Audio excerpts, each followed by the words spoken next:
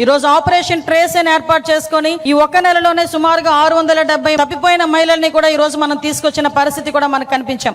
Operation safe పేరిట ప్రతి విద్యా సంస్థల్లోని కూడా ఈ గాంజా రహిత ఆంధ్రప్రదేశ్ గా మార్చడానికి చట్టాలని సైతం చిన్న వయసు నుంచి కూడా ముందుకు తీసుకెళ్లాలి, పాఠ్యాంశంలో చేర్చాలి, వాళ్ళకి ముందుగా చట్టాల విలువ తెలియాలి అని ఈ రోజు పోలీస్ సిబ్బంది చేస్తున్న కృషిని కూడా గౌరవ ముఖ్యమంత్రి గారి సారథ్యంలో మనం చేస్తున్నందుకు నిజంగా చాలా ఆనందపడుతున్నాం. ఈ సైబర్ క్రైమ్ పోలీస్ స్టేషన్ ఏర్పాటులో గౌరవ ముఖ్యమంత్రి గారి పాత్ర అమోఘం అని చెప్పాలి. ఈరోజు సైబర్ క్రైమ్ సంబంధించి ఎక్కడ కూడా ఎటువంటి ప్రజలు ఎటువంటి ఇబ్బందులు కలగకుండా సైబర్ క్రైమ్ పోలీస్ స్టేషన్స్ ఏర్పాటు చేయడమే కాకుండా నేర పరిశోధనలోని నేర నియంత్రణలోని కూడా ఈ రోజు ముందుండాలన్న ఉద్దేశంతో దేశంలోనే మొట్టమొదటిసారిగా డ్రోన్ వ్యవస్థల్ని పటిష్టపరచడమే కాకుండా సీసీ కెమెరాలు 1,00,000 CCTV కెమెరాలు లక్ష్యంగా పెట్టుకుని ఈ రోజు ముందుండడం జరుగుతుంది. మరొకసారి మీ అందరికీ కూడా ధన్యవాదాలు తెలియజేయాలి. ఎందుకంటే ఒక నేరం జరిగిన తర్వాత 24 గంటల్లోనే నేరం చేసిన వ్యక్తిని పట్టుకుని రిమాండ్ కి పంపించడమే కాకుండా త్వరితగతిన అతనికి శిక్ష పడేటట్టుగా చేసిన ప్రతి ఒక్క పోలీస్ సిబ్బందికి కూడా మరొకసారి నేను ధన్యవాదాలు తెలియజేసుకుంటున్నా.